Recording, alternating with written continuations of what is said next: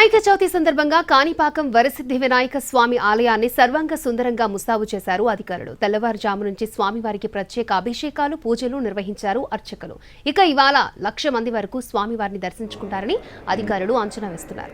అందుకు తగ్గట్లుగా 500 మంది పోలీసులతో భారీ భద్రతా ఏర్పాట్లు చేశారు.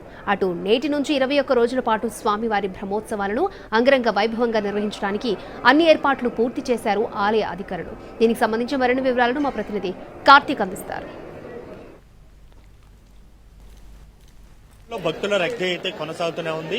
ఉదయం నుంచి కూడా స్వామివారిని దర్శించుకోవడానికి పెద్ద ఎత్తున వేలాది మంది ఆలయానికి చేరుకుంటూ ఉన్నారు.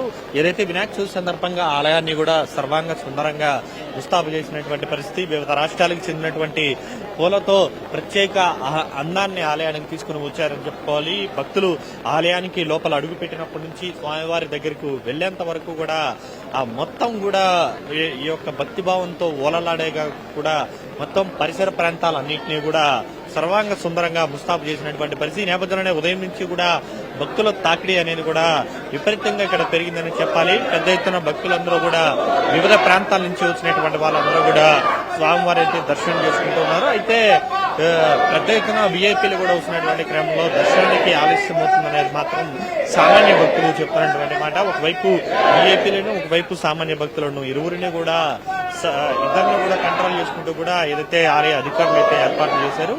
ఇప్పటి వరకు కూడా దాదాపు 500 మందికి పైగా కూడా పోలీసులతో భద్రత అనేది అయితే కొనసాగుతూనే ఉందని చెప్పుకోవాలి. ఉదయం స్వామివారిని సుప్రభాత సేవతో మేల్కొల్పినటువంటి ఆలయ అర్చకులు, అటు తర్వాత స్వామివారికి అభిషేకం, ప్రత్యేకమైనటువంటి పూజా కార్యక్రమాలన్నీ కూడా నిర్వహించడం కూడా జరిగింది. సాయంత్రం వీధోత్సవం అనేది కూడా ఉంటుంది.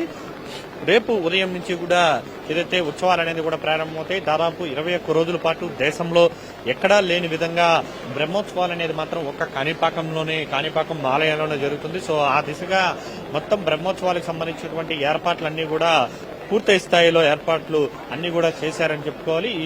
ఇలా మొత్తం ఆలయానికి సంబంధించి స్వామివారి బ్రహ్మోత్సవాలతో పాటు ఈ రోజు చేసేటువంటి కార్యక్రమాలన్నింటినీ కూడా పూర్తి చేయడం కూడా జరిగింది. ఇక భక్తులు కూడా ఉదయం నుంచి పెద్ద ఎత్తున దర్శనానికైతే వస్తూ ఉన్నారు. వచ్చినటువంటి వాళ్ళందరూ కూడా స్వామివారిని దర్శనం చేసుకుని తిరిగి వారి స్వస్థలాలకు వెళ్తున్నటువంటి పరిస్థితి అయితే ఎక్కడా లేని విధంగా దేశంలో ఉన్నటువంటి ప్రముఖ ఆలయంగా ఉన్నటువంటి కాణిపాకం వరసిద్ధి వినాయక స్వామి ఆలయానికి గొప్ప చరిత్ర ఉందని చెప్పుకోవాలి. అలా 21 రోజుల పాటు ఎక్కడా లేని విధంగా బ్రహ్మోత్సవాలు నిర్వహించేది మాత్రం ఒక్క కాణిపాకం ఆలయంలోనే.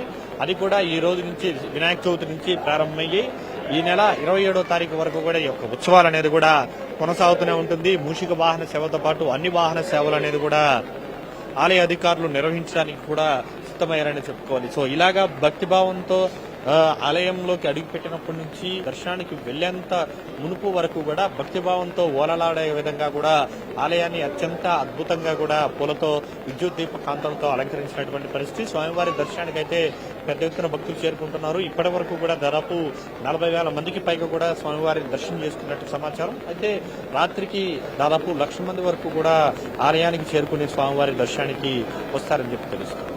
కేవలం ప్రస్తుతం కార్తీక్ టీవీ కాణిపాకం.